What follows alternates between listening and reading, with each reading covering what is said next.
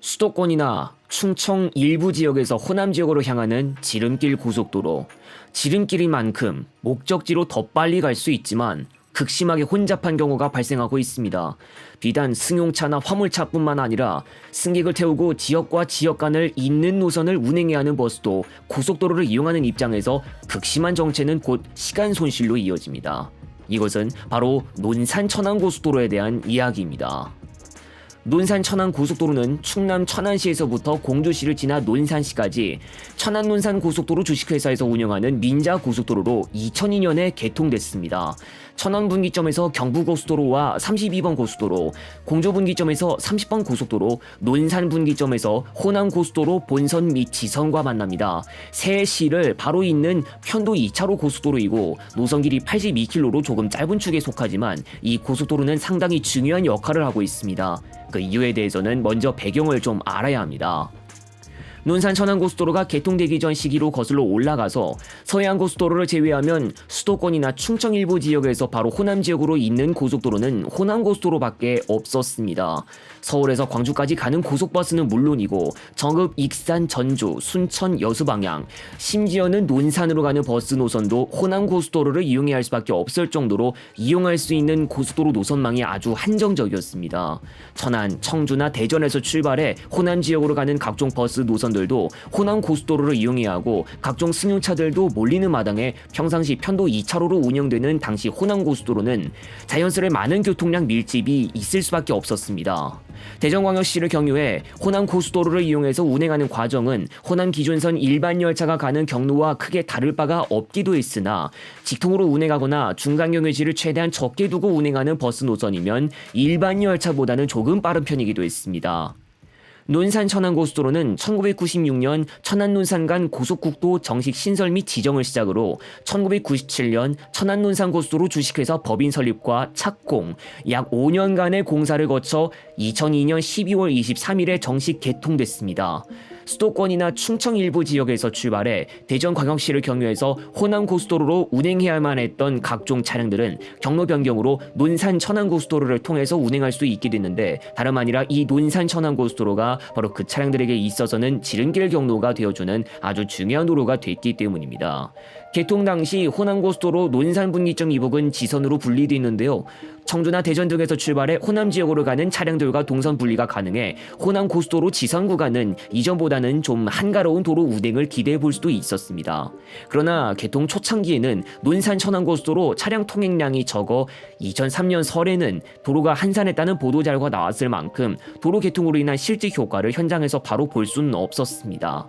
초기 이용 수요가 적었다는 점이 있었지만 논산 천안고속도로 개통으로 여러가지 고속버스나 시외버스 노선들의 운행 경로 변경 및 소요시간 단축까지 이뤄낼 수 있었고 그동안 바로 고속도로를 이용할 수 없었던 공주시에도 수혜를 가져다주면서 서울 경부 공주 고속버스 노선과 같은 경우에도 논산 천안고속도로를 이용할 기회가 생겼습니다.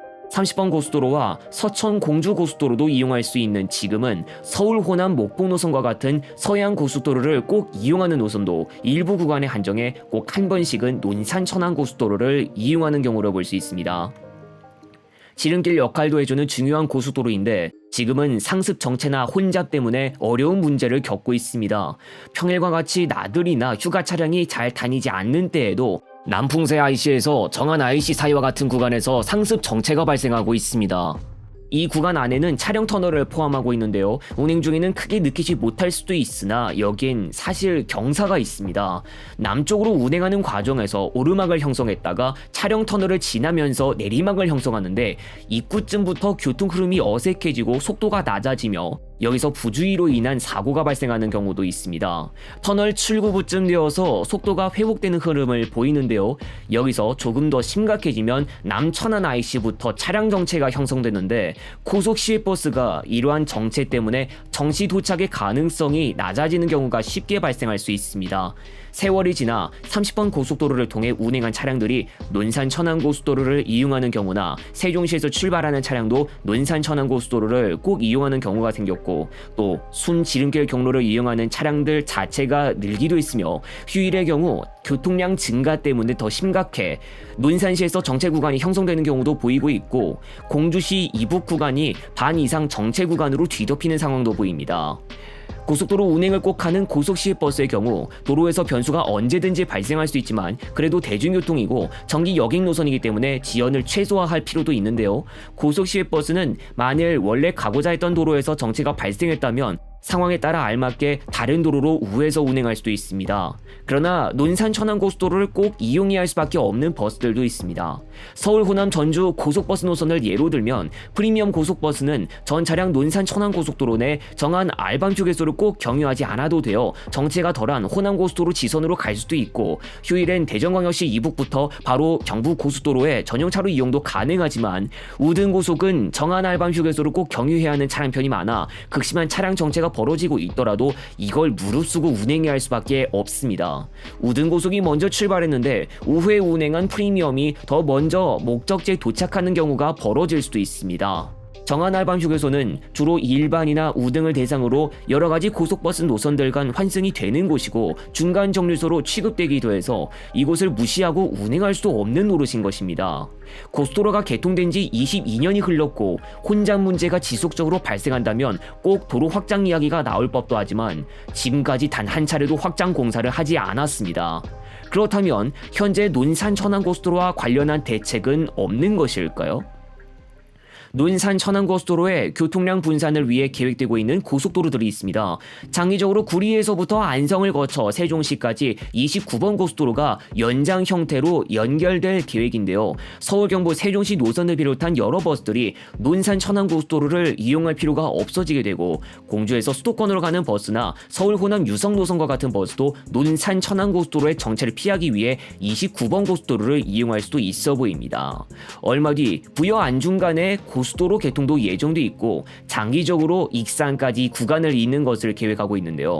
출도착 지역에 따라 논산 천안고속도로를 이용해야 하는 차량도 있는 것을 감안한다면 역시 장기적으로 논산 천안고속도로의 교통량 분산 역할을 현장에서 잘 해줄 수 있을지 지켜봐야겠습니다.